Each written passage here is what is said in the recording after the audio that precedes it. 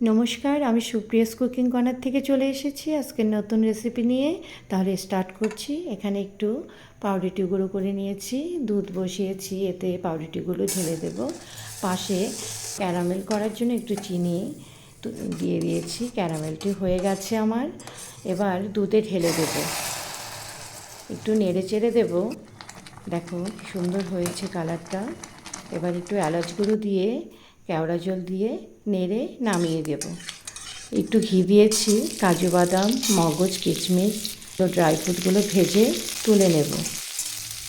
আবার আরেকটু ঘি দিয়ে সেমাইগুলো ভেজে নেব, একটু লাল লাল করে ভেজে এতে চিনি গুঁড়ো দিয়ে নেড়ে চেড়ে নামিয়ে নেব।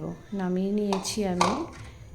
এবারে একটি বলে সেমাইগুলো এভাবে ছড়িয়ে দিয়ে বাটি দিয়ে চেপে চেপে দিতে হবে।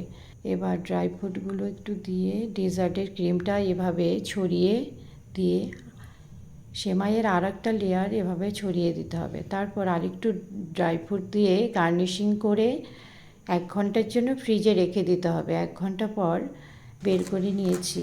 এভাবে কেটে প্লেটে পরিবেশন করার জন্য তৈরি নবাবী সেমাই ডেজার্ট। রেসিপিটি কেমন হয়েছে জানিও।